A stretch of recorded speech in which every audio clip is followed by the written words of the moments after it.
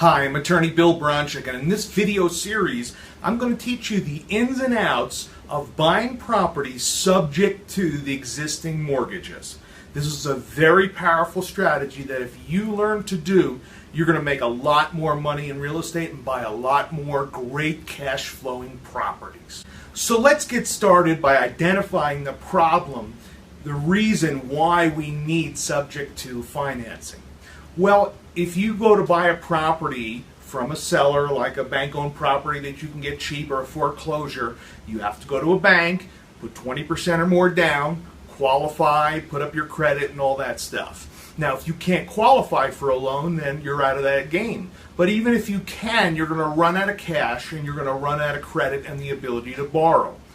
And what we're looking to do is leverage the best we can by putting less money down on property so we can buy more of them and ride the wave of appreciation and into a profitable and early retirement. So if that's what you're trying to do, you're going to listen carefully to what I have to say on these videos. Now, sometimes you come across a seller who owns a property free and clear, and they may be willing to own or carry it, which is good. Now, if you could do that with 5% down, that would be just fine. Without any personal recourse, meaning no personal guarantee, that would be just fine. But it's fairly rare that you're going to find a seller who wants to do that. Usually they're going to want 20 or 30% down. They're going to want you to sign personally. They're going to want a higher than market interest rate. So many times the owner carry situation really doesn't work that well. And sellers who own a property free and clear usually are not as motivated as someone who, for example, has a mortgage with a little bit of, which is almost the full value of the property. They only have a little bit of equity and they're facing possibly a foreclosure or they just can't make the payments anymore. That's what we're going to be looking for. And other scenarios we'll talk about later when we talk about how to find the subject to candidates. So the real solution here is buying property subject to the existing loan, where you give the seller little or no money. If they're behind in payments, maybe make up a couple of back payments and then take over the property with the existing mortgage. Now, what does subject to mean? Well, if you've ever read a deed says in it, you're taking ownership of this property subject to the following. Subject to zoning restrictions, subject to maybe it's in an HOA association and their rules, subject to unpaid taxes because taxes are usually paid in arrears for the previous year. So if you buy in June, the taxes are due for are not due yet until the following year, but they've been accrued for that year. So you're taking subject to unpaid taxes. So there's a lot of subject tos we normally take a property to. But if we leave the existing mortgage lien in place, and by the way, when I say mortgage, in some states it's a deed of trust, in some states it's a mortgage, but it's the same thing. It's a lien against the property as collateral for the promissory note that the borrower signed. If we take a property, we take ownership of the property, and we take ownership by seller signing a deed, and then we go ahead and record it down at the county, it's now our property. Now, we haven't paid off the existing loan, which means the lien has not been released. So we are taking the property subject to the existing mortgage lien. That's what subject to means. We're not going to assume it. We're not going to go down to the bank and ask for permission, because if it's an owner-occupied property and you're an investor, they're probably not going to let you assume it anyway.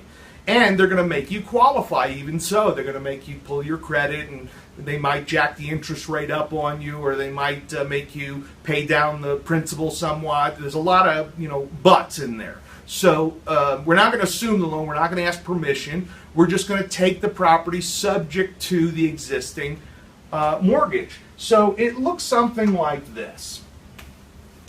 We've got a property. We've got a borrower. We'll put a sad face on him because he's motivated and in distress. And then we have the bank over here, which we can draw a little piggy. I think that's a piggy. Curly tail. Okay, so we have the seller, who's the borrower, and we've got the house. Now, the borrower signed a note to the bank, a promissory note, to purchase the property or to refinance the property.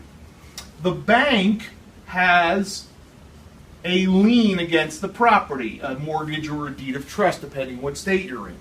And the borrower has title, has the deed to the property in his name. So that's the way it looks before you come along.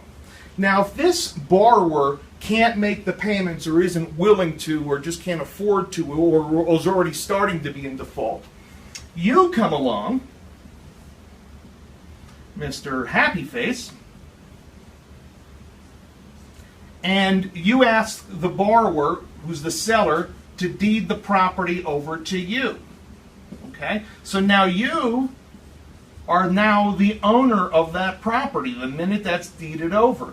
Now, some people have a struggle with that because they say, wait a minute, what about the mortgage on the property? Well, there's still a mortgage on the property. There's still a lien against it. It's just that this person no longer owns it. You own it. And there's still a lien. Now, what happens if you don't pay on the note, the payments? Well, the bank can foreclose against the property. The bank can also, if there's what's called a deficiency, meaning there's more owed than the foreclosure sale yields, go after the borrower because the borrower signed a note. But the bank can't sue you. So it's going to remain on the borrower's credit report, the seller, in this case, their credit report, and it's not going to be on yours. Okay? So you take the property subject to the existing mortgage lien, and you're going to make payments to the bank. Okay? We're not going to assume it. We're not going to ask for permission. We're just going to do it. Okay? Now, what are some of the advantages? Let's talk about the advantages of buying a property subject to an existing loan. Okay, advantage number one, no qualifying, meaning you do not have to qualify for the loan. We're not going to ask the bank for permission, therefore we don't have to qualify for the loan. That means it's not on your credit report, and it's not something you have to produce a loan application and credit and proof of income and all those kinds of things. So that's good. Number two, small down. Typically, we're looking for a seller who's got not a lot of equity and doesn't expect a whole lot of money. Usually, they'll do it, if there's little or no equity, they'll do it for nothing. You might have to put up some money if they're behind in payments or give them some moving money, but not a substantial amount of money. Certainly not 20% down. Number three, a better interest rate. If you wanted to buy a property and borrow from an institutional lender, your rate, let's say, might be 5.5%. In the same scenario of the same property, if the person who's going to borrow against it is going to live there, they might get 4%. So an interest difference of 1.5%.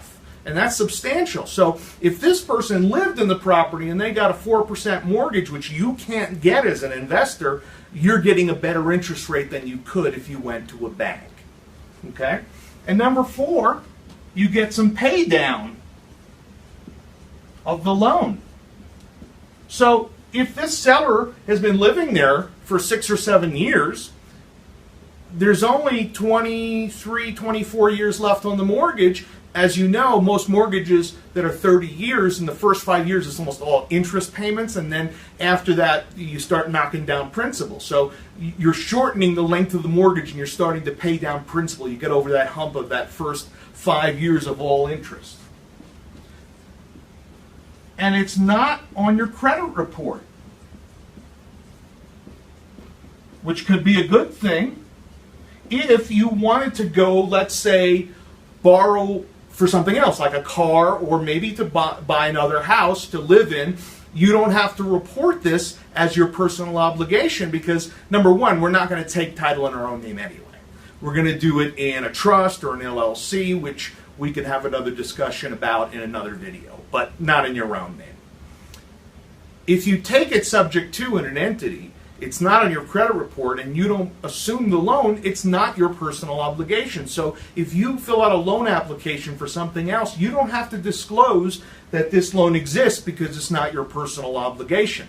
And for whatever crazy reason that this deal turns bad, which I'll talk about later what the right thing to do is, but let's say the market went bad, everything went bad, it's not going to affect your credit because it's not on your credit report. Now, it'll affect the seller's credit, and he might be upset with you, but look at the alternative.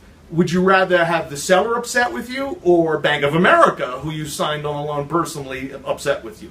You understand? So I wouldn't recommend you not make the payments if things go bad. I'll explain to you what the right thing to do is. But just, if everything hits the fan, it does protect you from personal obligation.